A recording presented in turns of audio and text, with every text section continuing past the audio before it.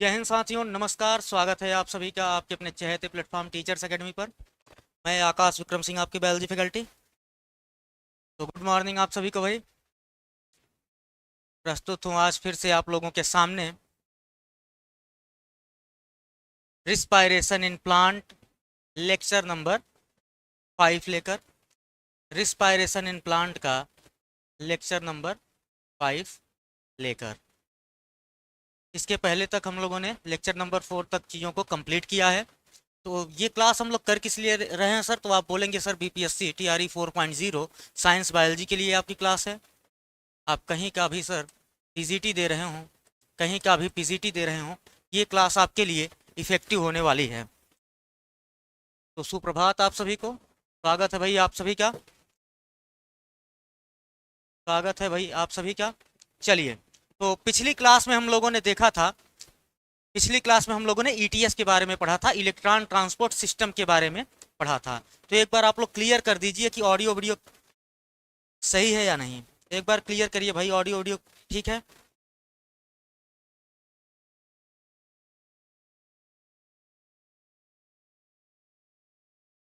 चलिए, ठीक है, ऑडियो वीडियो क्लियर है बिल्कुल। चलिए, आज की जो अपनी क्लास होगी वो लेक्चर नंबर 5 होगा। और आज हम लोग पढ़ेंगे किसके बारे में? आज हम लोग पढ़ेंगे एनारोबिक रिस्पायरेशन।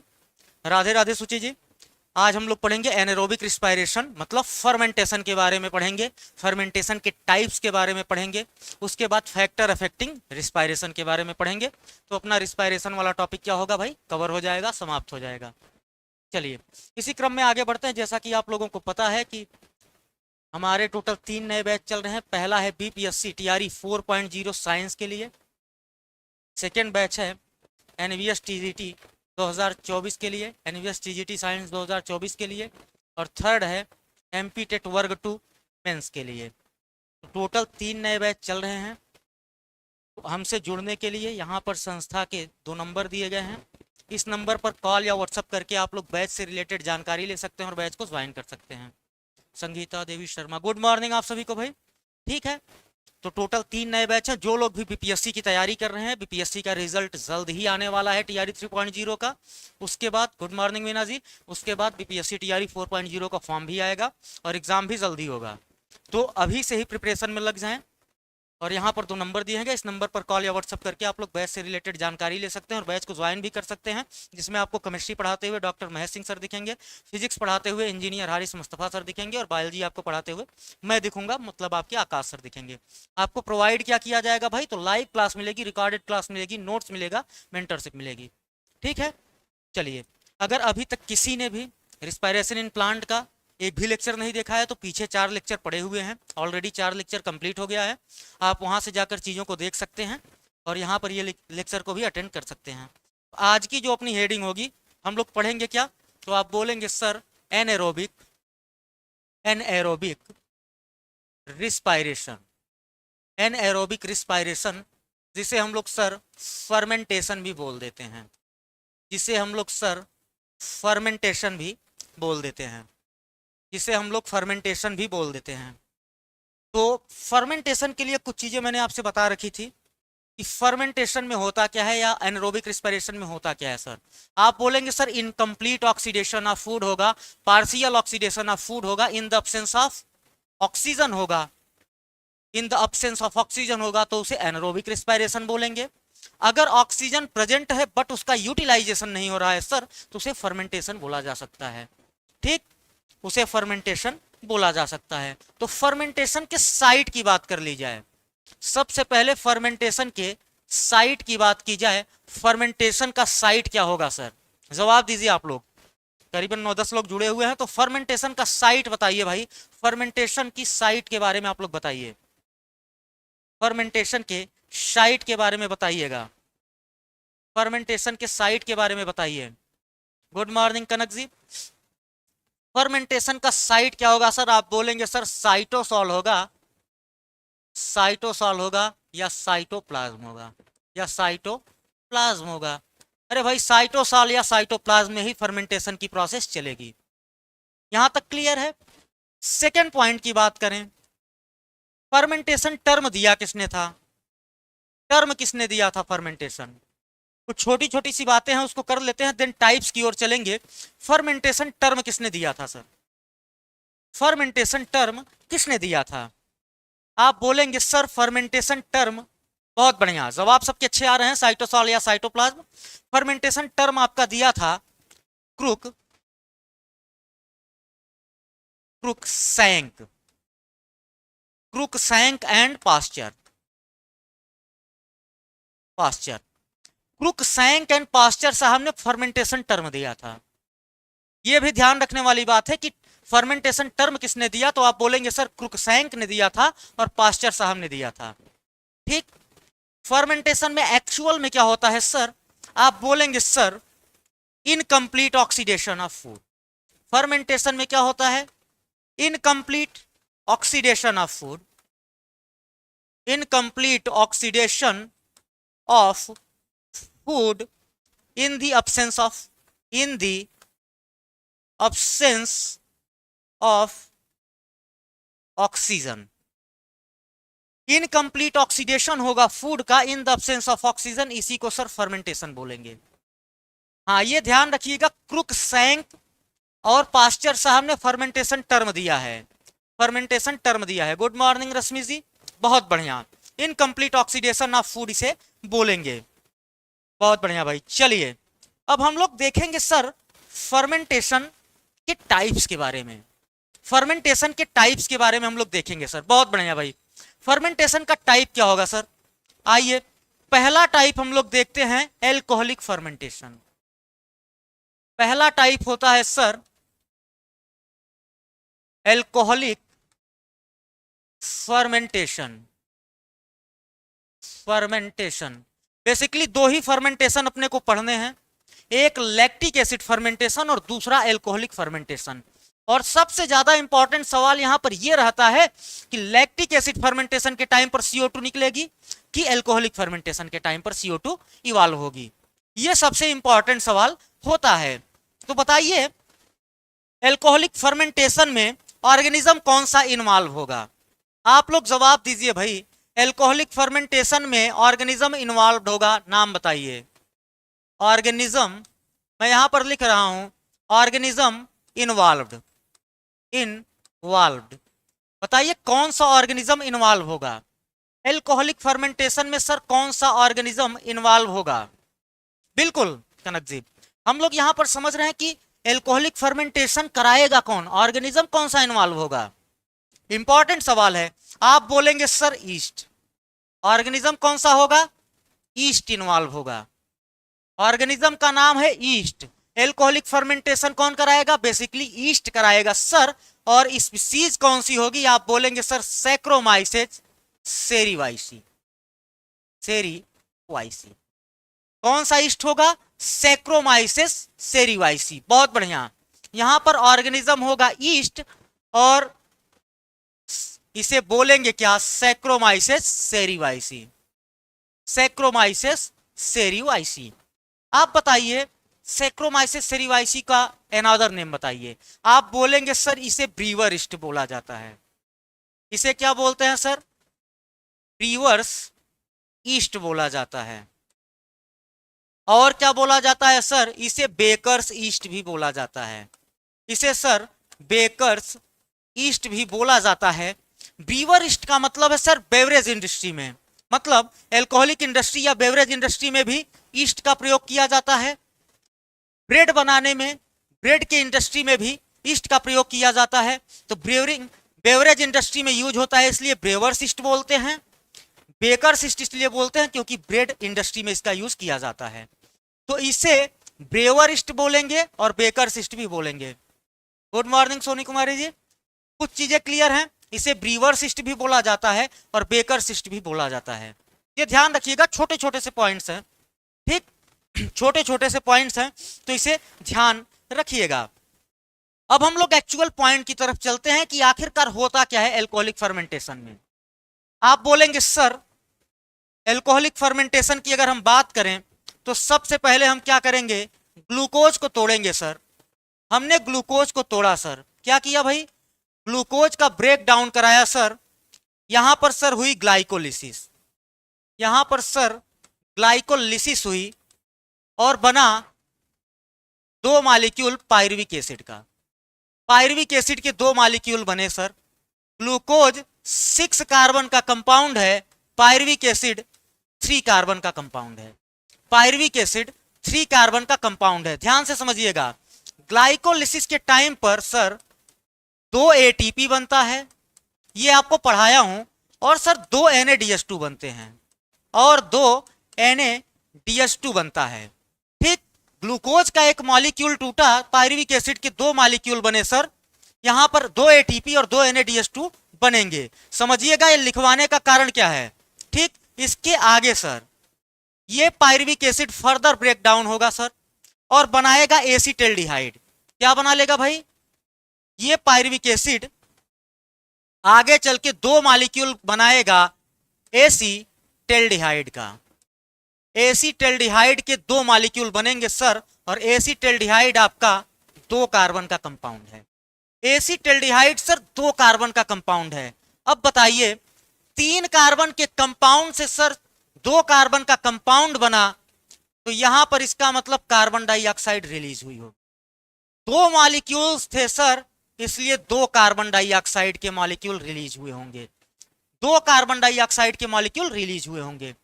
पायरुविक एसिड से एसीटल्डिहाइड बन रहा है सर, एसिड से एल्डिहाइड बन रहा है सर। यहां पर प्रोसेस कौन सी होगी सर, कार्बन डाइऑक्साइड निकल रहा है तो डी कार्बोक्सिलेशन होगा, और यहां पर सबस्ट्रेट क्या है, पायरुविक एसिड है, तो एंजाइम का नाम हो जाएगा sir pyruvate, pyruvate D carboxylase, D carboxylase, D carboxylase. Pyruvate D carboxylase की प्रेजेंस में पायरुविक एसिड ब्रेक डाउन कर गया एसीटल्डिहाइड में, 2 कार्बन डाइऑक्साइड बाहर हो गए, 2 कार्बन डाइऑक्साइड सर बाहर हुए। अब ये एसीटल्डिहाइड सर कन्वर्ट होगा फर्दर इथेनॉल में। किसमें, ये बनाएगा 2 मॉलिक्यूल सर इथेनॉल, मतलब C2H5OH। ठीक है, जिसे इथाइल एल्कोहल भी बोलते हैं। यहां पर सर बन गया इथेनॉल, जो कि 2 कार्बन का कंपाउंड है। एसीटल्डिहाइड से बना इथेनॉल, मतलब एल्डिहाइड से बना एल्कोहल, और यहां पर प्रोसेस कौन सी होगी, जब भी एल्डिहाइड से सर एल्कोहल बनता है तो प्रोसेस होती है डिहाइड्रोजिनेशन। प्रोसेस कौन सी होगी, डिहाइड्रोजिनेशन होगी सर। इसका मतलब डिहाइड्रोजिनेशन के टाइम पर सर, डिहाइड्रोजिनेशन के टाइम पर ये वाला जो डिहाइड्रोजिनेशन के टाइम पर ये जो 2 NADH2 बना हुआ है सर, ये यहां पर यूटिलाइज होगा और बना लेगा 2 NAD प्लस बना लेगा। और एंजाइम कौन सा होगा, आप बोलेंगे सर पहले एंजाइम हमने लिखा डिहाइड्रोजिनेज, डिहाइड्रोजिनेज लिखा, और डिहाइड्रोजिनेज एंजाइम है और कैसा है, एल्कोहल बना रहा है, तो आप इसे बोलेंगे सर एल्कोहलिक डिहाइड्रोजिनेज। एंजाइम कौन सा हुआ, एल्कोहलिक डिहाइड्रोजिनेज हुआ। डिहाइड्रोजिनेशन हो रहा था तो एंजाइम डिहाइड्रोजिनेज था, इथेनॉल बना तो कौन सा हो जाएगा, एल्कोहलिक डिहाइड्रोजिनेज एंजाइम होगा। इसका मतलब ये एंजाइम प्रोडक्ट बेस्ड है, सबस्ट्रेट बेस्ड नहीं है। यहां पर पायरुवेट डिकार्बोक्सिलेज सबस्ट्रेट बेस्ड एंजाइम था, alcoholic dehydrogenase product based enzyme था। यहां पर जो आपकी ग्लाइकोलिसिस में 2 NADH2 बनी हुई थी, वो 2 NADH2 यूज हो गई एल्डिहाइड से इथेनॉल बनाने में। इसका मतलब नेट गेन कितने एटीपी का हुआ, आप बोलेंगे सर फर्मेंटेशन में 2 एटीपी का नेट गेन होता है। फर्मेंटेशन में सर 2 एटीपी का गेन होता है, कहां से, वो भी ग्लाइकोलिसिस वाला एटीपी होता है सर। कौन सा एटीपी, ग्लाइकोलिसिस वाला एटीपी। और आपको याद होगा जब मैंने डिफरेंशिएशन बताया था एरोबिक और एनरोबिक रिस्पायरेशन में, तो मैंने बताया था कि एनरोबिक रिस्पायरेशन में केवल 2 एटीपी बनते हैं, वो भी फर्मेंटेशन के टाइम पर नहीं। ग्लाइकोलिसिस वाले एटीपी को ही हम लोग क्या बोलते हैं, एनरोबिक रिस्पायरेशन में एटीपी बोलते हैं। चीजें क्लियर, 2 एटीपी का फॉर्मेशन होगा, वो भी ग्लाइकोलिसिस वाला होगा। यहां पर 2 मॉलिक्यूल बन गए इथेनॉल, 2 मॉलिक्यूल बने इथेनॉल। आप बताइए एल्कोहलिक डिहाइड्रोजिनेज के लिए एक बड़ा ही इंपॉर्टेंट सवाल पूछा जाता है कि इसका एक्टिवेटर कौन होगा। एल्कोहलिक डिहाइड्रोजिनेज का एक्टिवेटर कौन होगा, मेटल एक्टिवेटर कौन होगा सर। गुड मॉर्निंग प्रियांशी जी, बताइएगा भाई कि एल्कोहलिक डिहाइड्रोजिनेज का एक्टिवेटर होगा कौन। सवाल ये भी है कि एल्कोहलिक डिहाइड्रोजिनेज का एक्टिवेटर कौन होगा।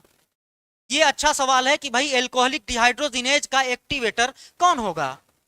जवाब आप लोग दीजिए कि सर एल्कोहलिक डिहाइड्रोजिनेज का एक्टिवेटर होगा कौन। एल्कोहलिक डिहाइड्रोजिनेज का एक्टिवेटर होता है sir Zn double plus. Zn double plus मतलब जिंक डबल प्लस इसका एक्टिवेटर होता है। प्रो कार्बोक्सीपेप्टाइडेज के लिए भी जिंक डबल प्लस की जरूरत पड़ती है एज एक्टिवेटर। अगर आपसे कहा जाए ऑक्सीजन के लिए तो ऑक्सीजन में भी आपको चाहिए क्या सर, Zn डबल प्लस चाहिए। ठीक, तो यहां पर आपका आंसर क्या होना चाहिए, Zn double plus. Alcoholic fermentation में हमने समझा क्या, ग्लूकोज से पायरुविक एसिड बनना ग्लाइकोलिसिस है, हमको समझ में आया। 2 ATP 2 NADPH2 बने, NADH2 बने। अब ये पायरुविक एसिड कन्वर्ट हुआ एल्डिहाइड में, एसिटाल्डिहाइड में, और यहां पर एंजाइम यूज हुआ पायरुवेट डीकार्बोक्सिलेज, क्योंकि यहां पर कार्बन डाइऑक्साइड बाहर हो रहा था। 3 कार्बन के कंपाउंड से 2 कार्बन का कंपाउंड बना, मतलब कार्बन डाइऑक्साइड बाहर होगा। अब ये एल्डिहाइड से बनाया इथेनॉल, 2 कार्बन का कंपाउंड 2 कार्बन के कंपाउंड में ही कन्वर्ट हुआ है, तो कार्बन डाइऑक्साइड तो यहां पर रिलीज नहीं होगी, बट डिहाइड्रोजिनेशन की प्रोसेस होगी, क्योंकि ये NADH2 यहां पर रिड्यूस होकर H+ आयन अपना रिलीज करेगा और 2 NAD+ के फॉर्म में कन्वर्ट होगा। अब यहां पर बन गया सर आपका इथेनॉल, एंजाइम होगा एल्कोहलिक डिहाइड्रोजिनेज, क्योंकि प्रोसेस हुई है डिहाइड्रोजिनेशन का। ठीक, चीजें क्लियर हुई कि नहीं। एल्कोहलिक फर्मेंटेशन कुछ क्लियर हुआ कि नहीं भैया, एल्कोहलिक फर्मेंटेशन कुछ क्लियर हुआ कि नहीं, एल्कोहलिक फर्मेंटेशन कुछ क्लियर हुआ कि नहीं, बताइएगा। और एक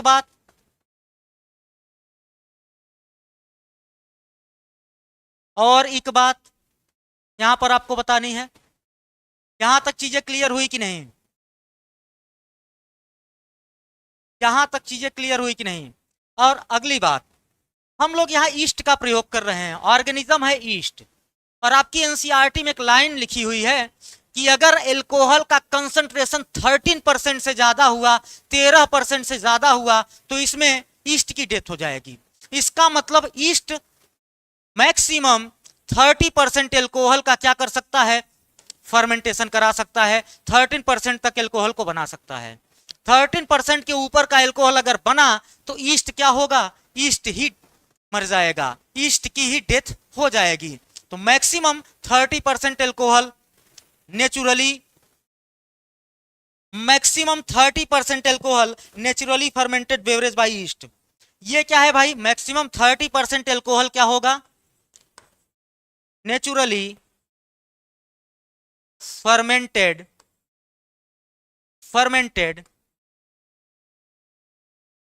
बेवरेज बाय ईस्ट। मतलब ईस्ट मैक्सिमम 13% एल्कोहल तक का क्या करा सकता है, नेचुरली फर्मेंटेशन करा सकता है।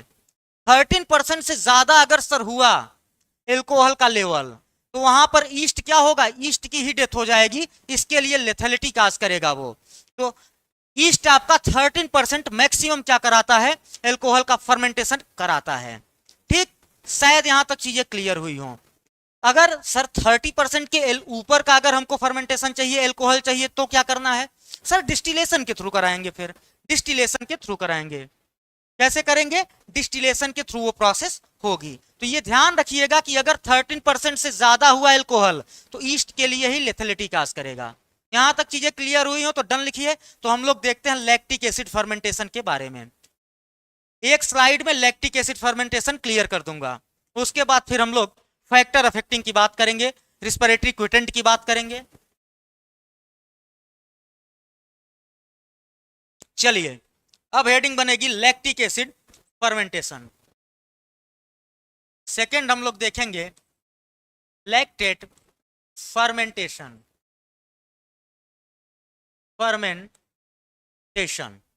लैक्टिक एसिड फर्मेंटेशन या लैक्टेट फर्मेंटेशन। आप बोलेंगे सर दूध से दही क्या बनना, मिल्क से कर्ड बनना लैक्टिक एसिड फर्मेंटेशन है। बैक्टीरिया होगा लैक्टिक एसिड बैक्टीरिया या लैब, लैक्टिक एसिड बैक्टीरिया या लैब। मिल्क से कर्ड बनना लैक्टिक एसिड बैक्टीरिया की प्रेजेंस में होगा और इसे लैक्टिक एसिड फर्मेंटेशन बोल सकते हैं, बिल्कुल बोल सकते हैं। बट एक्चुअल में क्या होगा सर? सर बताइए एक्चुअल में क्या होगा? तो सेम वही प्रोसेस चलेगी सर। यहां पर भी ग्लूकोज जो कि 6 कार्बन का है, ये सर बनाया पायरुविक एसिड। ग्लूकोज ने सर बनाया 2 molecule pyruvic acid. Pyruvic acid के सर 2 मॉलिक्यूल बनाया जो कि 3 कार्बन का कंपाउंड है। यहां पर सर ग्लाइकोलिसिस हुई। सेम वही प्रोसेस यहां पर भी होनी है सर। यहां पर भी सर 2 एटीपी का फॉर्मेशन होगा, यहां पर भी 2 एटीपी का फॉर्मेशन होगा और सर 2 NADH2 का फॉर्मेशन होगा, 2 NADH2 का सर फॉर्मेशन होगा। फर्दर आगे चल के ये पायरुविक एसिड बना लेगा सर आपका 2 मॉलिक्यूल लैक्टिक एसिड। क्या बना लेगा भाई? लैक्टिक एसिड के 2 मॉलिक्यूल बनाएगा और लैक्टिक एसिड भी आपका 3 कार्बन का कंपाउंड है। लैक्टिक एसिड भी सर आपका 3 कार्बन का कंपाउंड है, जबकि हम लोगों ने देखा कि एसिटाल्डिहाइड 2 कार्बन का कंपाउंड था तो कार्बन डाइऑक्साइड बाहर निकली थी। यहां पर क्या हुआ सर? लैक्टिक एसिड भी 3 कार्बन का कंपाउंड है। इसका मतलब पायरुविक एसिड से लैक्टिक एसिड बनने में एक भी कार्बन का लॉस नहीं हो रहा है, कार्बन डाइऑक्साइड इवाल्व नहीं हो पा रहा है। यहां पर सर कार्बन डाइऑक्साइड इवाल्व नहीं होगा। बट सर यहां पर एसिड से एसिड ही बन रहा है। यहां पर ये जो सर आपका NADH2 है, ये जो NADH2 है सर, ये भाई साहब यहां पर यूज होंगे सर, बना लेंगे 2NAD प्लस, 2NAD प्लस बना लेंगे। अब यहां पर इंजाइम कौन सा होगा? प्रोसेस हो रही है सर डिहाइड्रोजिनेज। NADH2 से H2 रिलीज हो रहा है, मतलब हाइड्रोजन रिलीज हो रहा है, तो प्रोसेस होगी डिहाइड्रोजिनेज। और इंजाइम कौन सा होगा? आप बोलेंगे sir lactate dehydrogenase, dehydrogenase. Enzyme हो जाएगा सर लैक्टेट डिहाइड्रोजिनेज। मतलब 2 पायरुविक एसिड के मॉलिक्यूल से 2 लैक्टिक एसिड के मॉलिक्यूल बने, प्रोसेस हुई डिहाइड्रोजिनेशन।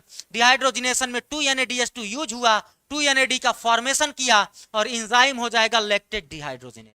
इंजाइम होगा लैक्टेट डिहाइड्रोजिनेज। आप बताइए यहां पर कहीं पर कार्बन डाइऑक्साइड निकला क्या? कहीं पर कार्बन डाइऑक्साइड निकला है? कहीं पर कार्बन डाइऑक्साइड निकला है क्या? आप बोलेंगे सर कार्बन डाइऑक्साइड कहीं पर रिलीज नहीं हुआ। कार्बन डाइऑक्साइड कहीं पर रिलीज नहीं हुआ। क्या यहां पर कहीं पर कार्बन डाइऑक्साइड निकलता आपको दिख रहा है? आप बोलेंगे सर नहीं, कार्बन डाइऑक्साइड कहीं पर रिलीज नहीं हुआ है।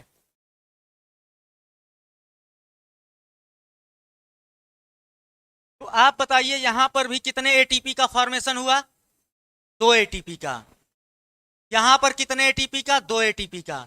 मतलब चाहे एल्कोहलिक फर्मेंटेशन हो, चाहे एल्कोहलिक फर्मेंटेशन हो, चाहे लैक्टिक एसिड फर्मेंटेशन हो, बनेगा 2 एटीपी ही, बनेगा 2 एटीपी ही। 2 एटीपी का ही फॉर्मेशन होगा।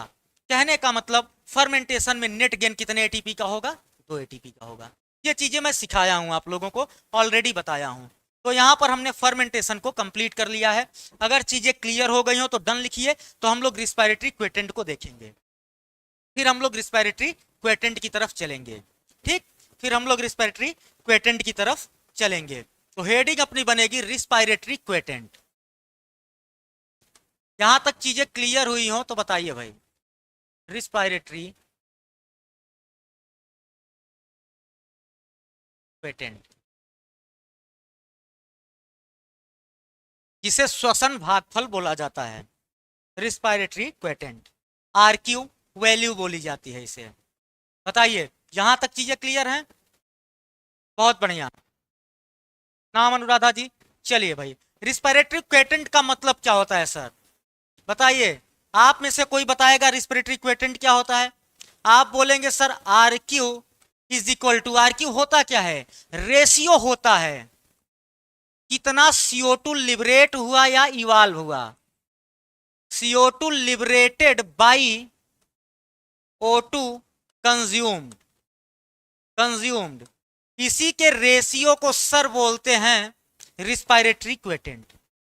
RQ बोलते किसे हैं? किसी भी प्रोसेस में कितनी CO2 रिलीज हुई और कितना ऑक्सीजन कंज्यूम हुआ, इसी के रेशियो को रिस्पायरेटरी क्वेटेंट बोला जाता है। क्या बोलते हैं सर? रिस्पायरेटरी क्वेटेंट बोला जाता है, श्वसन भागफल बोला जाता है। CO2 कितना रिलीज हुआ, O2 कितना कंज्यूम हुआ, इसी को बोलेंगे रिस्पायरेटरी क्वेटेंट। बताइए रिस्पायरेटरी क्वेटेंट मीजर्ड बाई, सवाल मेरा है respiratory quotient measured by, measured by, measured by, respiratory quotient को मीजर्ड करने के लिए किस इंस्ट्रूमेंट का यूज करते हैं? Respiratory quotient measured by, respiratory quotient measured by, बताइए रिस्पायरेटरी क्वेटेंट मीजर्ड बाई, किसी का जवाब आ नहीं रहा है भाई।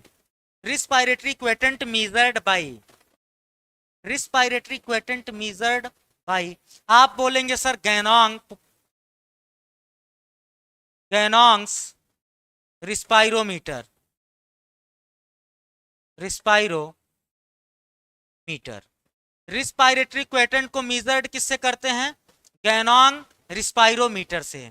यह भी एक सवाल है, रिस्पायरेटरी क्वेटेंट को मीजर्ड किया जाता है गैनॉन्ग्स रिस्पायरोमीटर से। ये एक इंस्ट्रूमेंट है, इससे हम लोग रिस्पायरेटरी क्वेटेंट को मीजर्ड कर लेते हैं।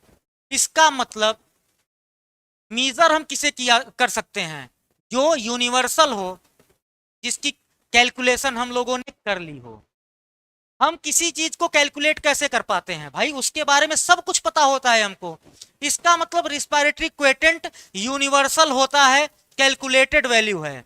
ये कैसी वैल्यू है? आप बोलेंगे सर ये यूनिवर्सल है, ये यूनिवर्सल है, कैलकुलेटेड है, कैलकुलेटेड है। अरे भाई यूनिवर्सल और कैलकुलेटेड ना होता तो हम प्रोटीन को 0.9, फैट को 0.7 और कार्बोहाइड्रेट को 1 कैसे बोल पाते हैं? ये कैलकुलेटेड वैल्यू है सर, यूनिवर्सल वैल्यू है। कोई भी कार्बोहाइड्रेट होगा, अगर वो as a respiratory substrate use होगा तो रिस्पिरेटरी क्वेटेंट आपका यूनिटी आएगा, 1 आएगा। कोई भी प्रोटीन हो, कोई भी अमीनो एसिड हो, अगर वो as a respiratory substrate use होगा तो उसका रिस्पिरेटरी क्वेटेंट 0.9 आएगा। कोई भी अगर फैट है या फैटी एसिड है, चाहे वो पाल्मिटिक एसिड हो, ट्राई पाल्मिटीन हो, उसका रिस्पिरेटरी क्वेटेंट 0.7 आएगा। इसका मतलब ये यूनिवर्सल वैल्यू है सर, कैलकुलेटेड वैल्यू है। यूनिवर्सल वैल्यू है, कैलकुलेटेड वैल्यू है। यूनिवर्सल वैल्यू है सर और कैलकुलेटेड वैल्यू है। ठीक, इसके सिग्निफिकेंसेस क्या हो सकते हैं? बुक में सिग्निफिकेंस दिया है कि नहीं दिया है पता नहीं, ध्यान नहीं दिए हम भी, लेकिन हम सिग्निफिकेंस को देखते हैं। एनसीईआरटी में तो सिग्निफिकेंस नहीं दिया है, बट हम सिग्निफिकेंस देखते हैं रिस्पिरेटरी क्वेटेंट का। कोई बताएगा रिस्पिरेटरी क्वेटेंट का significance? Significance of RQ, RQ का सिग्निफिकेंस क्या होगा सर? रिस्पिरेटरी क्वेटेंट का सिग्निफिकेंस क्या होगा? कोई बताएगा? रिस्पिरेटरी क्वेटेंट का सिग्निफिकेंस क्या होगा सर? रिस्पिरेटरी क्वेटेंट का सिग्निफिकेंस क्या होगा? आप बोलेंगे sir to know the type of respiratory substrate. पहला सिग्निफिकेंस तो यही होगा कि रिस्पिरेटरी क्वेटेंट से हम टाइप ऑफ रिस्पिरेटरी सबस्ट्रेट के बारे में जान सकते हैं। तो इसका सिग्निफिकेंस होगा to know the type of respiratory substrate.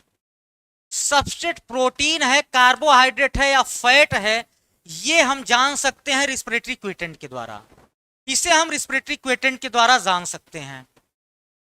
अरे भाई अगर वैल्यू 1 आई तो कार्बोहाइड्रेट होगा, 0.7 आया तो फैट होगा, 0.9 आया तो प्रोटीन होगा। ठीक, और क्या जान सकते हैं? To know the nutritional condition, nutritional condition of plant cell. और क्या जान सकते हैं सर? प्लांट सेल की न्यूट्रिशनल कंडीशन को हम जान सकते हैं। और क्या जान सकते हैं? प्लांट सेल के न्यूट्रिशनल कंडीशन को जान सकते हैं। अगर प्लांट सेल स्टोर्ड फूड का यूटिलाइजेशन कर रहा है, मतलब कार्बोहाइड्रेट का यूटिलाइजेशन कर रहा है, तो उस टाइम पर आरक्यू वैल्यू 1 आएगी। अगर आर क्यू वैल्यू 1 आई, इसका मतलब प्लांट आपका स्टोर्ड फूड का यूज कर रहा है, हेल्दी कंडीशन में है। बट प्लांट आपका अगर प्रोटीन का यूटिलाइजेशन कर रहा है, प्रोटीन का ब्रेकडाउन कर रहा है, रिस्पिरेटरी क्विटेंट आपका कितना आ रहा है, 0.9 आ रहा है, इसका मतलब प्लांट स्टार्विंग कंडीशन में है, उसके पास यूटिलाइजेशन के लिए स्टोर्ड फूड नहीं था, इस कारण से वो प्रोटीन को तोड़ना शुरू किया है। ठीक, ये सेकेंड पॉइंट हो गया। थर्ड पॉइंट, इसका थर्ड सिग्निफिकेंस क्या है? आप कहेंगे sir to know calorific value of respiratory substrate, और क्या हो जाएगा? To know calorific value of respiratory substrate. अब ये क्या होता है sir? Calorific value respiratory substrate का मतलब क्या है सर? अरे भाई, अगर प्रोटीन है तो कैलोरीफिक वैल्यू 4 होगा, 4 किलो कैलोरी होगी या 4 किलो कैलोरी होगा। अगर आपका कार्बोहाइड्रेट है तो कैलोरीफिक वैल्यू 4 किलो कैलोरी होगी। अगर fat as a respiratory substrate है तो उसकी कैलोरीफिक वैल्यू सबसे ज्यादा होगी, 9.1 किलो कैलोरी होगी, 9.1 किलो कैलोरी होगी। तो इससे हम कैलोरीफिक वैल्यू का भी अंदाजा लगा सकते हैं। हमने 3 पॉइंट रिस्पिरेटरी क्विटेंट से समझे कि हम इससे रिस्पिरेटरी सब्सट्रेट क्या है ये जान सकते हैं, न्यूट्रिशनल कंडीशन प्लांट सेल की जान सकते हैं, और रिस्पिरेटरी सब्सट्रेट की कैलोरीफिक वैल्यू क्या होगी इसे भी जान सकते हैं, इसे भी हम आसानी से जान सकते हैं। तो ये 3 पॉइंट्स हुए सिग्निफिकेंस रिस्पिरेटरी क्विटेंट के। अब हम कुछ रिस्पिरेटरी क्विटेंट की बात करेंगे, जैसे कि अगर रिस्पिरेटरी क्विटेंट आर क्यू वैल्यू बराबर है 1 के, अगर आर क्यू वैल्यू बराबर है 1 के तो ये किसका रिस्पिरेटरी क्विटेंट होगा? ये वैल्यू हमें याद रहनी चाहिए, इसमें बहुत गुणा गणित नहीं करूंगा मैं, सिर्फ वैल्यू आपको बताऊंगा। बताइएगा, अगर आर क्यू वैल्यू 1 है तो रिस्पिरेटरी सब्सट्रेट क्या होगा? आप बोलेंगे sir respiratory substrate is carbohydrate, आप बोलेंगे सर रिस्पिरेटरी सब्सट्रेट यहां पर कार्बोहाइड्रेट होगा, रिस्पिरेटरी सब्सट्रेट होगा sir carbohydrate, substrate is carbohydrate, carbohydrates. इसका मतलब कार्बोहाइड्रेट की रिस्पिरेटरी सब्सट्रेट, कार्बोहाइड्रेट की रिस्पिरेटरी क्विटेंट क्या होगा? 1 होगा। कार्बोहाइड्रेट का रिस्पिरेटरी सब्सट्रेट हमको याद है, हमको यहां पर बहुत दिमाग नहीं लगाना है। अगर आर क्यू वैल्यू 1 है तो रिस्पिरेटरी सब्सट्रेट कार्बोहाइड्रेट होगा। सेकेंड पॉइंट, अगर आपसे बोल दिया जाए, देखिए एग्जामिनर को पता है कि आप कार्बोहाइड्रेट रट कर आएंगे, तो वो अपना ऑप्शन बनाएगा actively photosynthesising cell, actively photosynthesising cell. Actively photosynthesising cell का भी आरक्यू कितना होता है? 1 होता है। पॉइंट नया है, लिख लीजिएगा। एग्जामिनर को पता है कि आप कार्बोहाइड्रेट रट कराओगे, एग्जामिनर जानता है कि आप कार्बोहाइड्रेट रट कराओगे कि इसकी रिस्पिरेटरी वैल्यू क्विटेंट कितनी होगी? 1 होगी। एग्जामिनर ये पूछेगा ही नहीं, वो ऑप्शन में पूछेगा कि एक्टिवली फोटोसिंथेसाइजिंग सेल की आरक्यू वैल्यू कितनी होगी। अब सर आप बोलेंगे रिस्पायरेशन में आप फोटोसिंथेसिस कहां घुसा रहे हो? अरे भाई, एक्टिवली फोटोसिंथेसाइजिंग सेल होगा सर तो वहां ग्लूकोज बनता रहेगा, ग्लूकोज बनता रहेगा सर, वहां पे ग्लूकोज बनता रहेगा, मतलब कार्बोहाइड्रेट बनता रहेगा, कार्बोहाइड्रेट का फॉर्मेशन वहां होता रहेगा, तो वहां पर आरक्यू वैल्यू आपकी 1 आएगी, आरक्यू वैल्यू 1 आएगी। अगर आपसे ये नहीं पूछा तब क्या पूछेगा? तो बोलेगा यंग सेल ऑफ या यंग ग्रीन लीव्स, आपसे बोलेगा young green leaf, young green leaf, या यहां पर यंग ग्रीन लीव्स आप लिख सकते हो। आरक्यू वैल्यू 3 जगह पर 1 हो सकती है। कहां कहां पर? रिस्पिरेटरी सब्सट्रेट अगर कार्बोहाइड्रेट है तब, एक्टिवली फोटोसिंथेसाइजिंग सेल में भी सर ग्लूकोज बनता रहता है और तेजी से बनेगा, तो यहां पर भी आरक्यू वैल्यू क्या होगी? 1 होगी। यंग ग्रीन लीफ का क्या मतलब है सर? यंग ग्रीन लीफ में स्टोर्ड फूड नहीं होता, ये आपको पता होगा, आप सभी लोग बॉटनिस्ट हैं, जूलॉजिस्ट हैं, सबको पता होगा कि यंग ग्रीन लीफ में सर स्टोर्ड फूड नहीं होता, मतलब वहां पर कार्बन एक्यूमुलेट नहीं होता, इसका मतलब वहां पर सर यंग ग्रीन लीफ में सर फोटोसिंथेसिस तेजी से होगी। फोटोसिंथेसिस तेजी से होगी तो वहां पर सर कार्बोहाइड्रेट तेजी से बनेगा। इसका मतलब यंग ग्रीन लीफ भी आपसे ऑप्शन में पूछ सकता है। एग्जामिनर चालाक है सर, वो आपसे कार्बोहाइड्रेट ना देकर या तो एक्टिवली फोटोसिंथेसाइजिंग सेल दे देगा या यंग ग्रीन लीव्स दे देगा, उसकी रिस्पिरेटरी क्विटेंट पूछेगा और वैल्यू 1 होगा।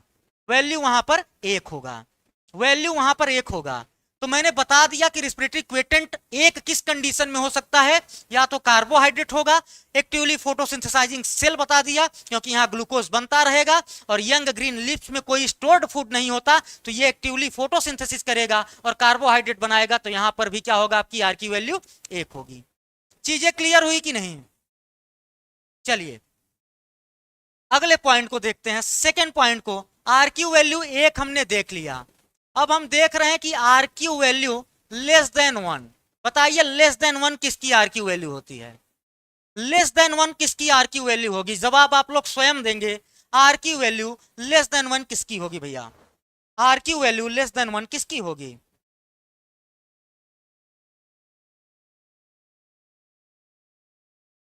आप बोलेंगे सर जब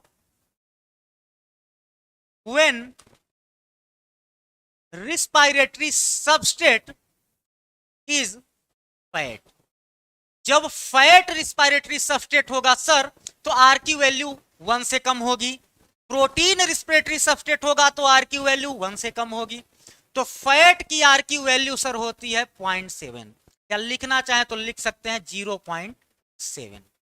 ये हो गई फैट की आर की value. Second point sir, when respiratory substrate is protein, is protein, और प्रोटीन की आर की वैल्यू होती है 0.9। 0.9 मैंने पहले ही बताया कि ये यूनिवर्सल वैल्यू होती है, कैलकुलेटेड वैल्यू होती है। तो बहुत गुणा गणित नहीं करना है, दिमाग में चीजों को बना के रखना है, बहुत दिमाग नहीं लगाना है, सीधे सीधे फिट रखना है अपने दिमाग में कि अगर रिस्पिरेटरी क्विटेंट 0.9 है तो प्रोटीन के लिए होगा, 0.7 है तो फैट के लिए होगा। मतलब यहां पर आर की वैल्यू 1 से कम होगी। आर की वैल्यू सर 1 से कम होगी। और क्या हो सकता है? थर्ड पॉइंट, और क्या हो सकता है? अब आप बताइए, हम खाना खाते हैं तो पहले कार्बोहाइड्रेट खाते हैं, प्रोटीन खाते हैं कि फैट खाते हैं? बताइएगा। खाना खाते हैं तो क्या पहले हम आटा खा लेते हैं, बाद में चावल खाते हैं, फिर पानी डालते हैं, फिर तेल डालते हैं, फिर नमक डालते हैं, फिर हल्दी डालते हैं? ऐसा नहीं करते, सारे के सारे फूड को बना के एक साथ खाते हैं। अब मिक्स डाइट की रिस्पायरेटरी क्विटेंट आपको बतानी है। अब बताइए मिक्स डाइट है, अगर मिक्स डाइट, मिक्स्ड डाइट की रिस्पिरेटरी क्विटेंट आपको बतानी है। मिक्स डाइट की रिस्पिरेटरी क्विटेंट क्या होगी सर? क्योंकि खाना हम लोग खाते हैं तो अलग अलग तो खाते नहीं कि कार्बोहाइड्रेट प्रोटीन फैट ऐसे अलग अलग ले रहे हैं। सब्जी बनाएंगे सारी चीजें एक साथ डाल देंगे, चावल बनाएंगे तो भाई, या दाल बनाएंगे तो वो सब सारे हल्दी नमक जो भी चीजें डालनी एक साथ डालते हैं, अलग अलग नहीं डालते कि खाने के बाद सब डाल ले रहे हैं कि जा तो पेट में ही रहा है, ऐसा नहीं है। तो मिक्स डाइट के लिए रिस्पिरेटरी क्विटेंट जो होता है वो 0.85 होता है, 0.85 होता है। और ये भी एक क्या है, ये भी एक क्या है सर, सवाल है। मिक्स डाइट के लिए रिस्पिरेटरी क्विटेंट होगा 0.85 या 0.85। अब स्टार्विंग सेल की बात करते हैं सर। कोई सेल स्टार्व्ड कंडीशन में है सर, स्टार्विंग सेल की बात कर लें, स्टार्विंग सेल की बात करें सर, स्टार्विंग सेल की बात अगर करें तो बताइए यहां पर रिस्पिरेटरी क्विटेंट क्या होगा? आपको पता है डिजीज्ड कंडीशन में या स्टार्व कंडीशन में प्लांट या एनिमल किसका यूटिलाइजेशन करेंगे? आप बोलेंगे सर प्रोटीन का। तो स्टार्विंग सेल का जो रिस्पिरेटरी क्विटेंट होगा वो होगा 0.9, वो हो जाएगा सर 0.9। स्टार्विंग सेल प्रोटीन का यूटिलाइजेशन करता है, प्रोटीन को तोड़ता है, तो यहां पर 0.9 इसका क्या हो जाएगा? रिस्पिरेटरी क्विटेंट हो जाएगा, रिस्पिरेटरी क्विटेंट हो जाएगा। ठीक, और ये ऐसा होता क्यों है? क्योंकि यहां पर respiratory substrate is protein, respiratory substrate is protein. Starving cell में रिस्पिरेटरी सबस्ट्रेट क्या होता है? प्रोटीन होता है। इस कारण से यहां पर आर की वैल्यू 0.9 आती है। और एक अंतिम आपसे एग्जामिनर अब भी चालाकी करेगा, आपसे बोलेगा कि रिस्पायरेटरी क्विटेंट आपका लेस देन 1 है और एग्जाम्पल लिखेगा जर्मिनेटिंग फैटी सीड। एग्जाम्पल लिखेगा जर्मिनेटिंग फैटी सीड। एग्जाम्पल लिखेगा जर्मिनेटिंग फैटी सीड। तो जर्मिनेटिंग फैटी सीड का भी आर की वैल्यू, जर्मिनेटिंग फैटी सीड का भी आर की वैल्यू लेस देन 1 होता है। जर्मिनेटिंग फैटी सीड का भी आर की वैल्यू लेस देन 1 होगा। फैटी सीड है, जर्मिनेट करेगा, फैट को तोड़ेगा और फैट का आर क्यू है 0.7। तो जर्मिनेटिंग फैटी सीड का भी आर की वैल्यू लेस देन 1 होगा, लेस देन 1 होगा। आप बताइए, आप पढ़ते हो maturing of seed, maturing of fatty seed पढ़ते हो और जर्मिनेटिंग फैटी सीड पढ़ते हो। तो जर्मिनेटिंग फैटी सीड में सीड से प्लांट बनता है और मैच्योरिंग ऑफ सीड में प्लांट के ऊपर सीड बनता है, प्लांट के ऊपर सीड बनता है। तो मैच्योरिंग और जर्मिनेशन में एक छोटा सा अंतर है। मैच्योरिंग के टाइम पर प्लांट के ऊपर सीड बनेगा, मतलब प्लांट पर सीड बनेगा, और जर्मिनेटिंग के टाइम पर सीड से प्लांट बनेगा। ये एक छोटा सा अंतर है सर, एक छोटा सा अंतर है। तो ये हमने आर की वैल्यू देख ली लेस देन 1 वाली। अब थर्ड पॉइंट की तरफ चलते हैं सर और लिखते हैं तीसरी कंडीशन, अगर आर क्यू वैल्यू, अगर आर की वैल्यू मोर देन 1 है, अगर R Q value more than 1 है, बताइए R Q value more than 1 है तो यहां पर रिस्पिरेटरी सबस्ट्रेट क्या होगा सर?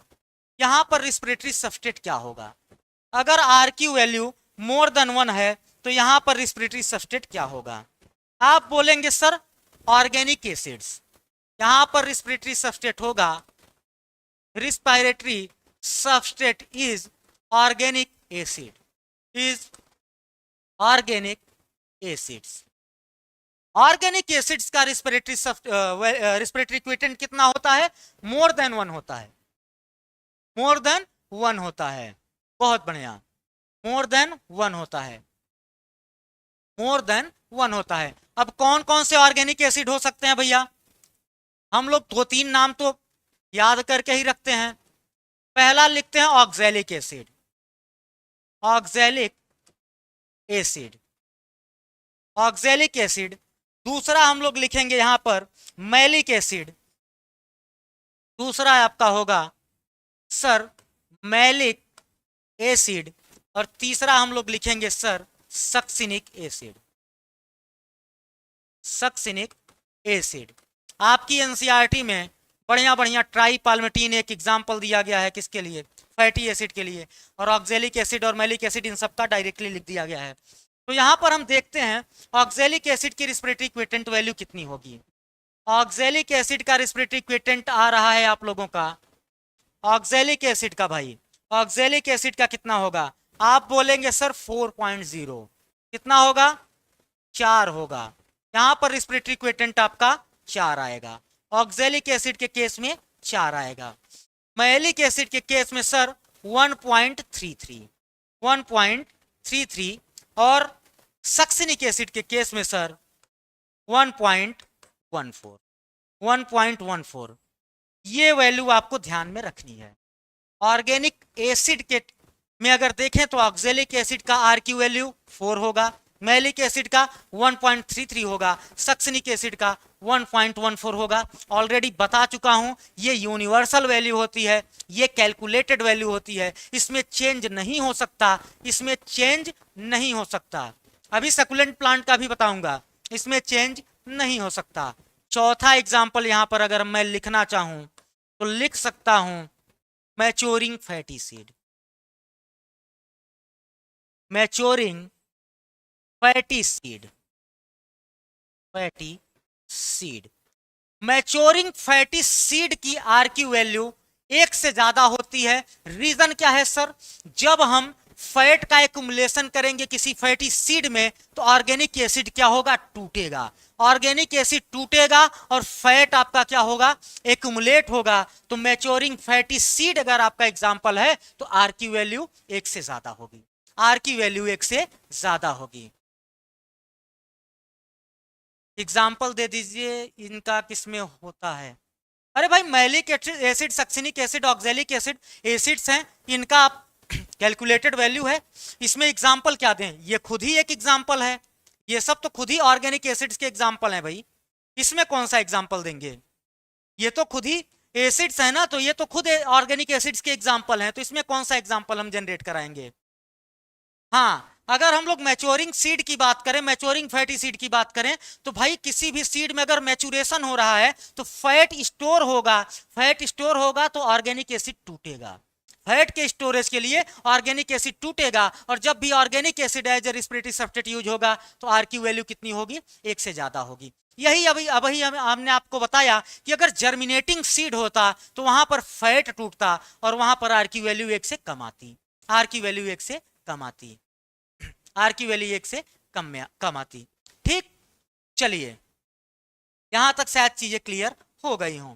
कुछ और पॉइंट्स की बात हम लोग करते हैं।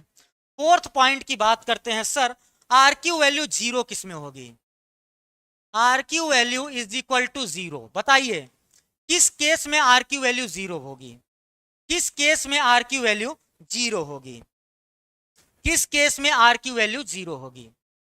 तो आप बोलेंगे सर आर की वैल्यू जीरो हो जाएगी लैक्टेट फर्मेंटेशन में, लैक्टिक फर्मेंटेशन में, लैक्टेट फर्मेंटेशन में सर कोई भी कार्बन डाइऑक्साइड रिलीज नहीं होता, यहां पर आर की वैल्यू जीरो आएगी।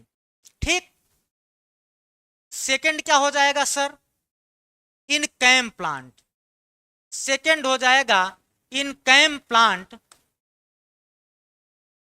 ड्यूरिंग नाइट, ड्यूरिंग नाइट, रात के समय में कैम प्लांट की जो आर की वैल्यू होगी ये क्या होगी, जीरो होगी। आर की वैल्यू जीरो दो कंडीशन में हो सकती है, एक तो लैक्टिक एसिड फर्मेंटेशन में CO2 रिलीज ही नहीं होता तो आर की वैल्यू वहां पर जीरो रहेगी, और कैम प्लांट में रात के समय में आर की वैल्यू क्या होती है, जीरो होती है, क्योंकि स्टोमेटा उस टाइम पर क्या होंगे, बंद होंगे। चलिए भैया, सॉरी स्टोमेटा बंद नहीं होगा, वहां पर क्या हो, स्कोटो एक्टिव स्टोमेटा तो होता ही है भाई।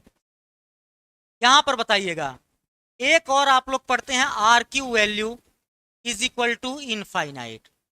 इनफाइनाइट कंडीशन आर की वैल्यू किसके केस में आती है, इनफाइनाइट कंडीशन आर की वैल्यू किसके केस में आती है, इनफाइनाइट कंडीशन कब आएगी आर की वैल्यू भाई, हाँ बिल्कुल, इनफाइनाइट कंडीशन आर की वैल्यू की कब आएगी। आप बोलेंगे सर इनफाइनाइट कंडीशन कब देखने को मिलती है, बताइएगा इनफाइनाइट कंडीशन कब देखने को मिलेगी आर की वैल्यू की, बताइए आर की वैल्यू इनफाइनाइट कब दिखेगा। आप बोलेंगे सर एनएरोबिक रिस्पायरेशन में, एनएरोबिक, एनएरोबिक रिस्पायरेशन के टाइम पर, रिस्पायरेशन के टाइम पर आर की वैल्यू जीरो होती है, क्योंकि सर यहाँ कार्बन डाइऑक्साइड तो होता है बट ऑक्सीजन जो होता है ये कंज्यूम नहीं होता, तो यहाँ पर इनफाइनाइट कंडीशन देखने को मिलती है। तो एनारोबिक कंडीशन में या एनारोबिक रिस्पायरेशन के टाइम पर आर की वैल्यू इनफाइनाइट आती है, आर की वैल्यू कैसी आएगी, इनफाइनाइट आएगी।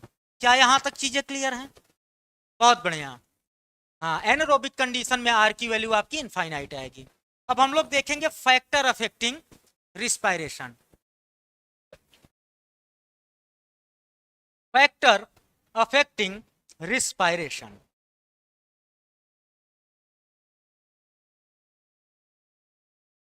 factors affecting respiration, respiration,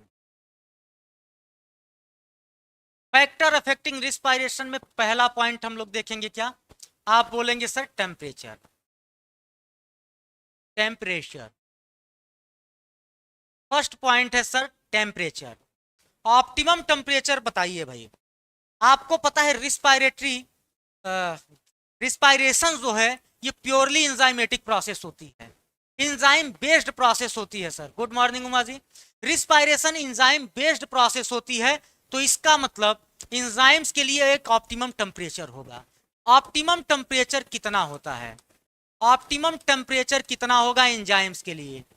तो आप बोलेंगे सर 20 डिग्री सेल्सियस से लेकर 35 डिग्री सेल्सियस, मतलब ऑप्टिमम टेम्परेचर की बात करें तो ऑप्टिमम टेम्परेचर इंजाइमेटिक एक्टिविटी के लिए होगा 20 to 35 degree Celsius. 20 to 35 degree Celsius पर इंजाइम्स अपने अच्छे फॉर्म में काम करेंगे, बढ़िया से काम करेंगे।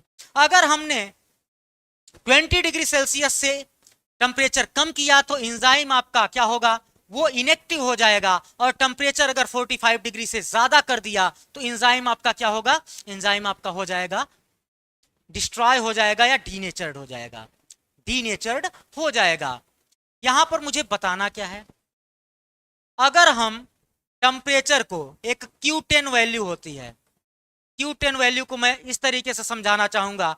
अगर टेम्परेचर को 20 से 30 डिग्री सेल्सियस, 20 से 30 डिग्री सेल्सियस पर रखा जाए, 20 टू 30 डिग्री सेल्सियस पर रखा जाए अगर टेम्परेचर को, ठीक, तो यहां पर 2 टू 3 टाइम्स रिस्पायरेशन की रेट बढ़ जाएगी। 2 टू 3 टाइम्स रिस्पायरेशन की रेट बढ़ जाएगी। अगर Q10 वैल्यू को, अगर Q10 वैल्यू को 30 टू 40 डिग्री सेल्सियस, मतलब 30 से 40 डिग्री सेल्सियस अगर हम रखते हैं तो रिस्पायरेशन यहां पर क्या होगा, कांस्टेंट होगा। ये रिस्पायरेशन कांस्टेंट होगा। कैसा होगा भैया, कांस्टेंट होगा, कांस्टेंट होगा। मतलब ना तो रिस्पायरेशन की रेट कम होगी ना ही ज्यादा होगी। अगर 40 से ज्यादा हमने किया टेम्परेचर तो रिस्पायरेशन की रेट क्या होगी, वहां पर इंजाइमेटिक एक्टिविटी डिस्ट्रॉय होगी, इंजाइम इनएक्टिव फॉर्म में जाएंगे, डीनेचर्ड फॉर्म में होंगे, सॉरी वहां पर इंजाइम आपके डीनेचर्ड फॉर्म में होंगे। और टेम्परेचर बढ़ा, इंजाइम डीनेचर्ड हुआ तो रिस्पायरेशन की रेट कम हो जाएगी। टेम्परेचर घट भी गया तब भी रिस्पायरेशन की रेट कम हो जाएगी। बस बट अगर 20 टू 30 डिग्री सेल्सियस पर हम रखते हैं टेम्परेचर को, ऑप्टिमम टेम्परेचर इतना रहता है, तो 2 से 3 गुना रिस्पायरेशन का रेट बढ़ सकता है। यहां पर रिस्पायरेशन की रेट 2 से 3 गुना बढ़ सकती है, या 2 टू 3 टाइम्स यहां पर रिस्पायरेशन की रेट बढ़ी रहेगी। ठीक, तो ऑप्टिमम टेम्परेचर आपका 20 टू 35 डिग्री सेल्सियस होता है, ये ध्यान देने वाली बात होगी। ठीक, चलिए सेकेंड पॉइंट यहां पर देखते हैं हम लोग। टेम्परेचर के बाद भाई, टेम्परेचर के बाद सेकेंड पॉइंट देख लेते हैं, कार्बन डाइऑक्साइड। सेकेंड पॉइंट यहां पर हम देखेंगे कार्बन डाइऑक्साइड। सेकेंड यहां पर कंपोनेंट होगा CO2। अब कार्बन डाइऑक्साइड का क्या इफेक्ट आएगा रिस्पायरेशन पे, रिस्पायरेशन पर कार्बन डाइऑक्साइड का क्या इफेक्ट आएगा? क्या कोई बता सकता है कि रिस्पायरेशन पर कार्बन डाइऑक्साइड का क्या इफेक्ट होगा? रिस्पायरेशन पर कार्बन डाइऑक्साइड का क्या इफेक्ट होगा, कोई बताएगा भाई? हमने CO2 की वैल्यू बढ़ा दी, कार्बन डाइऑक्साइड की वैल्यू अगर बढ़ा दी, कार्बन डाइऑक्साइड की वैल्यू बढ़ा दी, तो रिस्पायरेशन पर क्या इफेक्ट आएगा? तो रिस्पायरेशन पर क्या इफेक्ट आएगा? आप बोलेंगे sir rate of respiration decrease कर जाएगा, rate of respiration sir decrease कर जाएगा, रेट ऑफ रिस्पायरेशन डिक्रीज कर जाएगा। CO2 की वैल्यू बढ़ाने पर rate of respiration sir decrease कर रहा है। आप बोलेंगे कैसे? जब हम लोग फ्रूट्स खरीद कर लाते हैं, फल खरीद कर लाते हैं, तो फल को अगर हम बाहर रख दें तो वो बहुत जल्दी से पक जाता है और सड़ने लगता है। कारण क्या है? क्योंकि ऑक्सीजन अच्छी खासी मिल रही है। जैसे ही हम फ्रूट को रख देते हैं सर फ्रीज में, तो वो पकना क्या होगा, स्लो हो जाएगा। फ्रीज में रखने पर होता क्या है, टेम्परेचर कम हुआ, कार्बन डाइऑक्साइड वहां पर ज्यादा हुई। अब टेम्परेचर भी कम, कार्बन डाइऑक्साइड ज्यादा, अगर टेम्परेचर कम है एंजाइम क्या होगा, इनएक्टिव होगा, रिस्पायरेशन की रेट कम हो जाएगी। रिस्पायरेशन की रेट कम हो जाएगी, बढ़ेगी नहीं। कार्बन डाइऑक्साइड जब भी बढ़ेगा रिस्पायरेशन की रेट कम हो जाएगी भाई, रिस्पायरेशन की रेट कम होगी। जैसे हम फ्रीज में फ्रूट्स को रख देते हैं या कोल्ड स्टोरेज में फ्रूट्स को रखते हैं, वहां पर होता क्या है, CO2 ट्रीटमेंट ही तो देते हैं। अगर वहां पर कार्बन डाइऑक्साइड की अवेलेबिलिटी है तो रिस्पायरेशन का रेट कम होगा, इस कारण से फल और सब्जियां खराब कम होंगी, फल और सब्जियां खराब कम होंगी। तो यहां पर रिस्पायरेशन का रेट कम हो जाता है CO2 बढ़ने पर। थर्ड पॉइंट, तीसरे पॉइंट की बात करते हैं सर, ऑक्सीजन का क्या रोल होगा सर, ऑक्सीजन का क्या रोल होगा बताइएगा। रिस्पायरेशन पर ऑक्सीजन का क्या इफेक्ट आएगा, रिस्पायरेशन पर ऑक्सीजन का क्या इफेक्ट होगा। आप बोलेंगे सर अगर ऑक्सीजन ज्यादा है सर एरोबिक रिस्पायरेशन होगा, एरोबिक रिस्पायरेशन बढ़ेगा। सर अगर ऑक्सीजन ज्यादा है तो एनारोबिक रिस्पायरेशन कम होगा, एनारोबिक रिस्पायरेशन डिक्रीज करेगा। और इस कंडीशन को क्या बोलते हैं सर, एक्चुअल में मुझे ये बताना है। अगर ऑक्सीजन का लेवल ज्यादा है तो कैसी कंडीशन होगी, एरोबिक कंडीशन होगी, ऑक्सीशोषण होगा। अगर ऑक्सीजन का लेवल सर ज्यादा है इसका मतलब एनारोबिक कंडीशन नहीं है, ऑक्सीजन ज्यादा एरोबिक कंडीशन, ऑक्सीजन ज्यादा मतलब सीधी सी बात है एनारोबिक कंडीशन कम होगी। अब इस कंडीशन में क्या होगा सर, जब एनारोबिक कंडीशन होगी और ऑक्सीजन का इफेक्ट एनारोबिक रिस्पायरेशन पर या inhibition of anaerobic respiration due to presence of oxygen is known as Pasteur effect. इसी इफेक्ट को सर बोलते हैं पास्चर इफेक्ट, इसी इफेक्ट को सर बोलते हैं पास्चर्स इफेक्ट, इसी इफेक्ट को बोलते हैं सर पास्चर्स इफेक्ट। क्या यहां तक चीजें क्लियर हुई, इस इफेक्ट को सर बोलेंगे पास्चर्स इफेक्ट। बताना मुझे यही था, ऑक्सीजन की कंडीशन अगर ज्यादा है एनारोबिक रिस्पायरेशन इनहिबिट हो रहा है तो इस इफेक्ट को पास्चर्स इफेक्ट बोला जाता है। क्या बोलते हैं, पास्चर्स इफेक्ट बोलते हैं। आप लोग एक और कंडीशन पढ़े हैं फोटोसिंथेसिस में, आज शायद कुछ डिफरेंशिएट कर पाए। अगर ऑक्सीजन का लेवल ज्यादा है तो रेट ऑफ फोटोसिंथेसिस कम होगा, रेट ऑफ फोटोसिंथेसिस डिक्रीज करेगा, रेट ऑफ फोटोसिंथेसिस डिक्रीज करेगा। हम लोग दो इफेक्ट पढ़ते हैं, पास्चर्स इफेक्ट रिस्पायरेशन में पढ़ते हैं, और जब हम ऑक्सीजन का लेवल ज्यादा रखेंगे रेट ऑफ फोटोसिंथेसिस डिक्रीज करेगा क्योंकि फोटो रिस्पायरेशन चलेगा, और जब रेट ऑफ फोटोसिंथेसिस कम होगा इस इफेक्ट को बोलते हैं वारबर्ग इफेक्ट। इस इफेक्ट को सर बोलते हैं वारबर्ग इफेक्ट, इस इफेक्ट को सर बोलते हैं वारबर्ग इफेक्ट, इस इफेक्ट को सर वारबर्ग इफेक्ट बोलते हैं। कौन सा इफेक्ट बोलेंगे भाई, वारबर्ग इफेक्ट। अच्छा ठीक है, CO2 की बात करते हैं। अगर हम फ्रूट्स को लाते हैं और बाहर रख देते हैं, सब्जियां लाकर बाहर रख देते हैं तो वो जल्दी खराब हो जाता है, ठीक, पहली कंडीशन। जब उसी सब्जी को हम फ्रीज में रख देते हैं तो वो खराब नहीं होता, पहला कारण टेम्परेचर कम होता है, एंजाइम इनएक्टिव होते हैं, उस कारण से फल सब्जियां खराब नहीं होती। दूसरा कारण फ्रीज में ऑक्सीजन की अवेलेबिलिटी कम होती है, कार्बन डाइऑक्साइड की मात्रा ज्यादा होती है, तो कार्बन डाइऑक्साइड अगर ज्यादा होगा तो रेट ऑफ रिस्पायरेशन कम होगा, फल और सब्जियां कम खराब होंगी। पहला पॉइंट ठीक। ऑक्सीजन का लेवल अगर सर ज्यादा है तो एरोबिक कंडीशन होगी, अगर एरोबिक कंडीशन है मतलब एनारोबिक कंडीशन वहां पर नहीं पाई जाएगी। अरे भाई ऑक्सीजन है, एरोबिक कंडीशन है, तो इनहिबिट किसे करेगा, एनारोबिक रिस्पायरेशन को। अगर ऑक्सीजन है तो ये इनहिबिट करेगा एनारोबिक रिस्पायरेशन को, और इसी इफेक्ट को पास्चर्स इफेक्ट बोला जाता है, इसी इफेक्ट को पास्चर्स इफेक्ट बोला जाता है। हाँ, anaerobic respiration inhibit by presence of high oxygen या ऑक्सीजन, इसी को पास्चर्स इफेक्ट बोला जाता है। अगर ऑक्सीजन ज्यादा है तो रेट ऑफ फोटोसिंथेसिस भी कम होता है क्योंकि फोटो रिस्पायरेशन होने लगता है सर, और फोटो रिस्पायरेशन होगा तो रेट ऑफ फोटोसिंथेसिस कम होगी, और इस इफेक्ट को वारबर्ग इफेक्ट बोला जाता है, वारबर्ग इफेक्ट बोला जाता है। दोनों पॉइंट मैंने क्लियर कर दिए। ये रहा ऑक्सीजन के बारे में सर, ऑक्सीजन के बारे में। अब हार्मोन्स की बात करते हैं सर। चौथे पॉइंट की बात करते हैं सर, हार्मोन्स। हार्मोन्स का क्या इफेक्ट आता है सर? हार्मोन्स का क्या इफेक्ट आता है? आप बोलेंगे सर टोटल 5 हार्मोन हम लोग पढ़ते हैं। पहला है सर ऑक्सिन, दूसरा है सर जिब्रेलिक एसिड या जिब्रेलिन, तीसरा है सर साइटोकाइनिन, चौथा है सर एब्सिसिक एसिड और पांचवा है सर इथाइलिन। पांचवा है सर इथाइलिन। पांचवा है इथाइलिन। पांचवा है इथाइलिन। आप बताइए ऑक्सिन, जिब्रेलिक एसिड और साइटोकाइनिन का नेचर कैसा होता है? आप बोलेंगे सर ये ग्रोथ प्रमोटर्स होते हैं। कैसे होंगे सर? ये ग्रोथ प्रमोटर्स होते हैं, मेनली ग्रोथ प्रमोटर्स होते हैं। और ग्रोथ प्रमोटर है, ग्रोथ को क्या करेगा? ग्रोथ को इनहेंस कराएगा। सर अगर ग्रोथ को इनहेंस कराएगा तो एनर्जी देनी पड़ेगी। एनर्जी आएगी कहां से? रिस्पायरेशन से। तो ग्रोथ प्रमोटर है तो ये रेट ऑफ रिस्पायरेशन को बढ़ा देगा। रेट ऑफ रिस्पायरेशन को बढ़ा देगा। रेट ऑफ रिस्पायरेशन को ये इंक्रीज करा देंगे सर।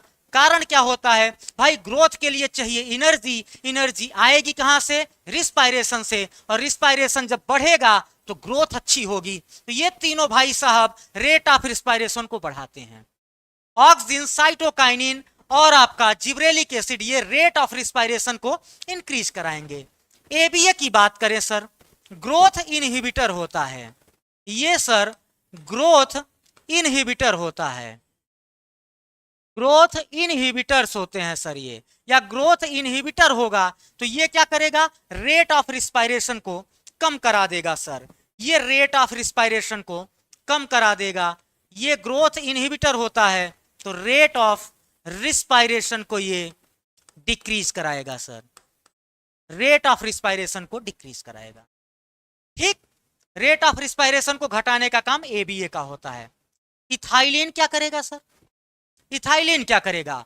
ये राइपनिंग ऑफ फ्रूट कराता है। इसका मेन फंक्शन होता है सर फलों को पकाना। इसका मेन फंक्शन होता है सर फलों को पकाना। मतलब ये कराएगा सर राइपनिंग ऑफ फ्रूट। ये कराएगा सर राइपनिंग ऑफ फ्रूट। ये सर राइपनिंग ऑफ फ्रूट कराता है। राइपनिंग ऑफ फ्रूट्स कराएगा। और जब भी राइपनिंग ऑफ फ्रूट होगा सर तो रेट ऑफ रिस्पायरेशन इंक्रीज करेगा। राइपनिंग ऑफ फ्रूट होगा तो रेट ऑफ रिस्पायरेशन बढ़ जाएगा। और फ्रूट्स के टाइम पर, फ्रूट के पकने के समय पर जो रिस्पायरेशन होता है उसे एक नाम दिया जाता है सर क्लाइमैक्टेरिक रिस्पायरेशन। क्लाइमैक्टेरिक रिस्पायरेशन। क्लाइमैक्टेरिक रिस्पायरेशन। फलों के पकने के टाइम पर क्या होगा भाई? क्लाइमैक्टेरिक रिस्पायरेशन होगा। उस रिस्पायरेशन को बोलेंगे क्लाइमैक्टेरिक रिस्पायरेशन। यहां तक चीजें क्लियर हुई?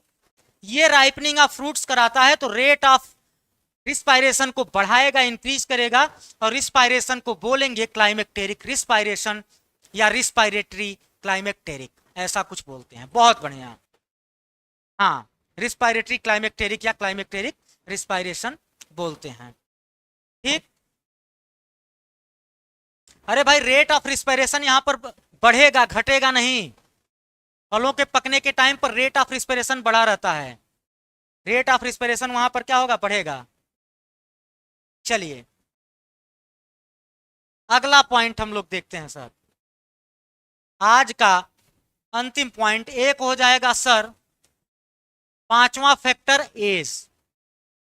प्लांट की एज पर, एज का क्या रोल होगा रेट ऑफ रिस्पायरेशन में? रेट ऑफ रिस्पायरेशन में प्लांट की एज का क्या रोल होगा? ठीक, यहां पर ध्यान से समझिएगा। इसके लिए एक ग्राफ बनेगा, एक सिंपल सा ग्राफ बनेगा सर। एक सिंपल सा ग्राफ बनेगा। ये एज ऑफ प्लांट की बात हो रही है। यहां पर हमने लिखा रेट ऑफ रिस्पायरेशन, इधर लिख दिया सर एज। इधर एज बढ़ रही है, इधर रेट ऑफ रिस्पायरेशन बढ़ रहा है। कोई प्लांट पैदा हुआ सर, 0 से स्टार्ट हुआ, मतलब यहां पर बर्थ हुई। ऐसा ग्राफ बनेगा, ऐसा बेल शेप का। ठीक, ये जुवेनाइल फेज है, यहां पर सर बर्थ हुआ, प्लांट का बर्थ हुआ, ये जुवेनाइल फेज है, ये एडल्ट स्टेज है, ये सेनेसेंस फेज है, और ये डेथ की कंडीशन है सर, ये डेथ की कंडीशन है, डेथ की कंडीशन है। ध्यान से समझिएगा, एज की बात मैं कर रहा हूं। बर्थ हुआ तो जुवेनाइल फेज में रेट ऑफ रिस्पायरेशन बढ़ा, एडल्ट में मैक्सिमम देखने को मिला, highest rate of respiration adult में देखने को मिला, highest rate of respiration adult stage में देखने को मिला, मतलब बर्थ से जुवेनाइल तक बढ़ा, एडल्ट में हाईएस्ट रेट ऑफ रिस्पायरेशन था, उसके बाद सेनेसेंस फेज में क्या हुआ, रेट ऑफ रिस्पायरेशन घटने लगा और डेथ के टाइम पर जीरो हो गया। भाई इंसान मर गया, रेट ऑफ रिस्पायरेशन जीरो हुआ, तो पर्सन की डेथ हुई या प्लांट की डेथ हो गई। तो ये एक बेल शेप ग्राफ आता है। कैसा ग्राफ आता है? बेल शेप्ड, बेल शेप्ड एक ग्राफ आपको देखने को मिलेगा, ग्राफ आपको देखने को मिलेगा। अगर एज के बारे में पूछा जाए कि एज का, प्लांट की एज का रेट ऑफ रिस्पायरेशन पर क्या इफेक्ट होगा, तो आप बोलेंगे birth to juvenile stage rate of respiration बढ़ती है, highest rate of respiration adult के टाइम पर होती है, और सेनेसेंस फेज में या एडल्ट से जब हम लोग सेनेसेंस फेज की ओर बढ़ते हैं, डेथ की ओर बढ़ते हैं, तो वहां पर रेट ऑफ रिस्पायरेशन फिर से घटने लगती है, रेट ऑफ रिस्पायरेशन फिर से घटने लगती है। यहां तक चीजें क्लियर हुई? हमने यहां पर कुछ चीजें क्लियर कर ली, आज रिस्पायरेशन को हमने कंप्लीट भी कर लिया। आप बताइए कि आपको मैं वो पढ़ाया हूं कि नहीं? ईटीएस के इनहिबिटर पढ़ाया था कि नहीं? Inhibitors of ETS. भाई ईटीएस में 5 कॉम्प्लेक्सेस होते हैं, तो उनके इनहिबिटर्स भी प्रेजेंट होते हैं, तो वो मैं बताया था कि नहीं? आप लोग कमेंट करके बताइए।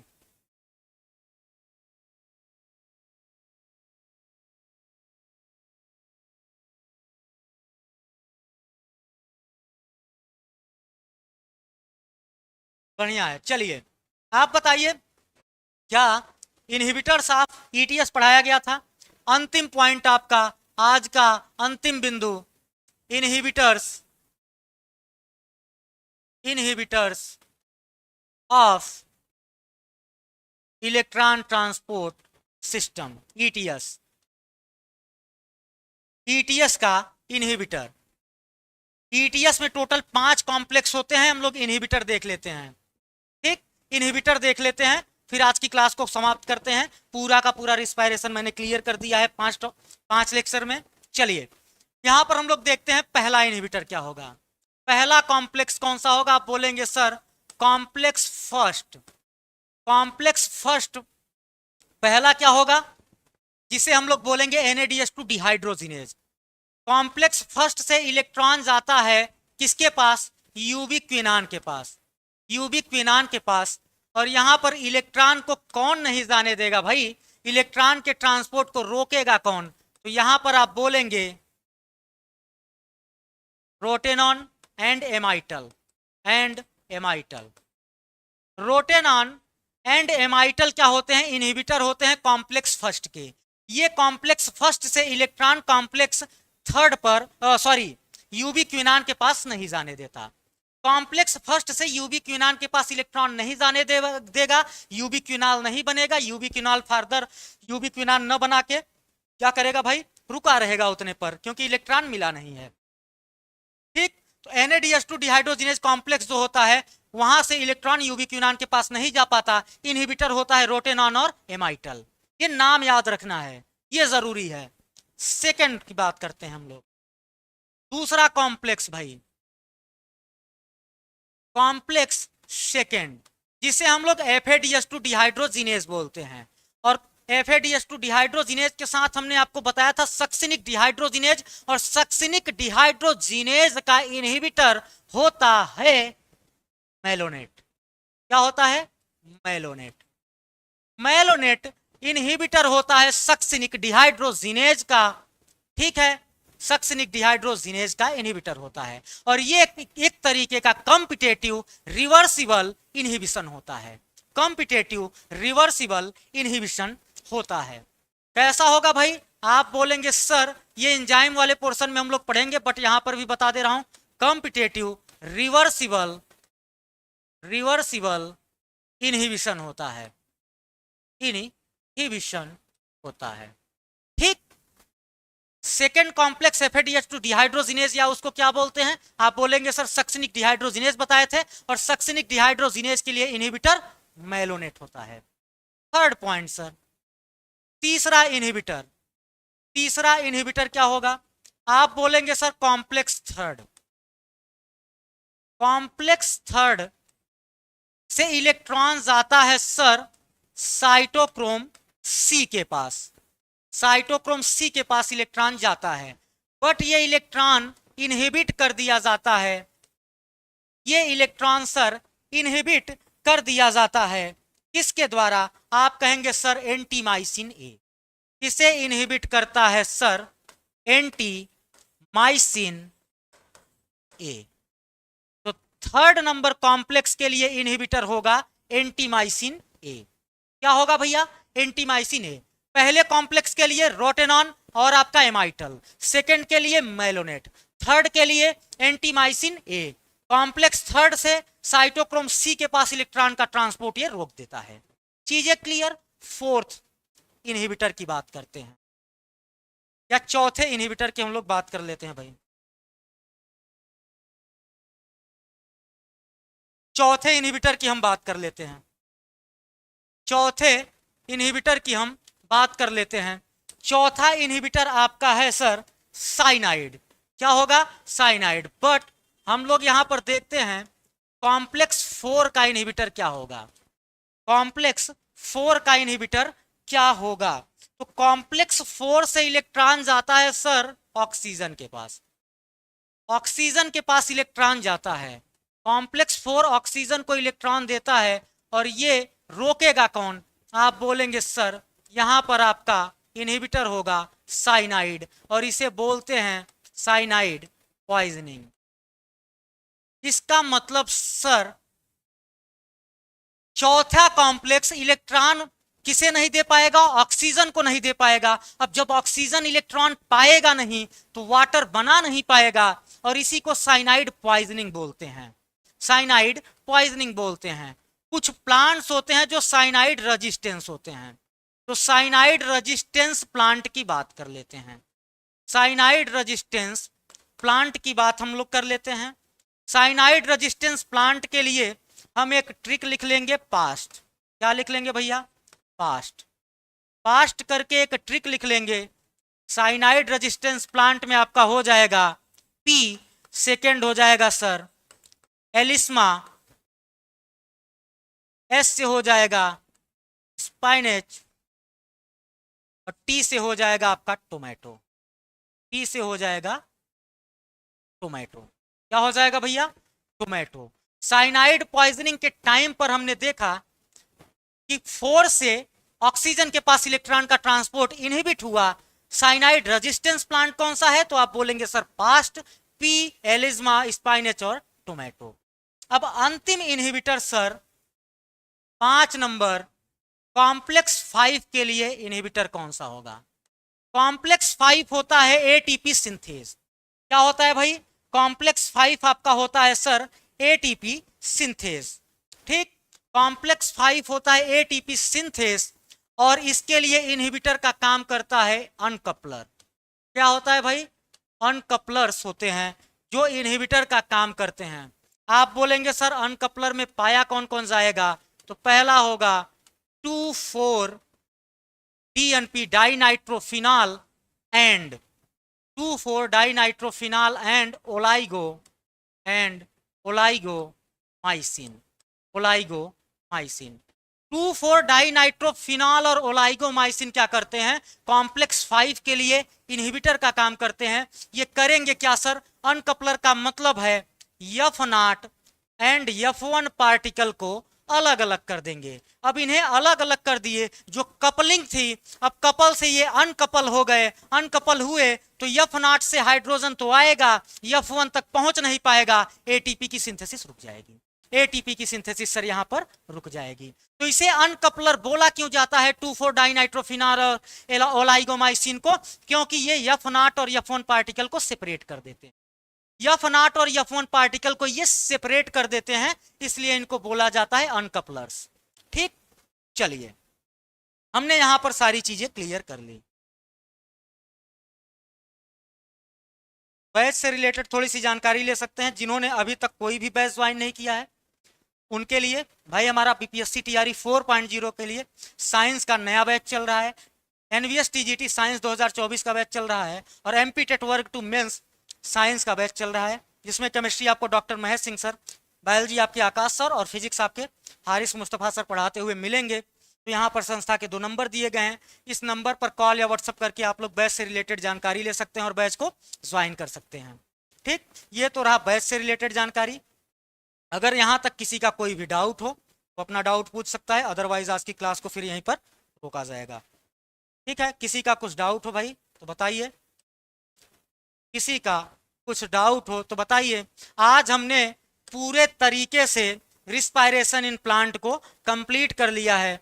अब आपका सवाल गलत नहीं होना चाहिए क्योंकि विधिवत ढंग से सारी चीजें बताई गई हैं। मैं जितना बता सकता था, जिस गहराई में ले जाकर बता सकता था, उस लेवल तक मैंने चीजें की हैं, आपको सारी चीजें प्रोवाइड करने की कोशिश की है। ठीक है भाई, चलिए तो मिलेंगे हम लोग कल की क्लास में। तब तक आप लोग स्वस्थ रहिए, मस्त रहिए और पढ़ाई में व्यस्त रहिए। धन्यवाद, thank you all of you.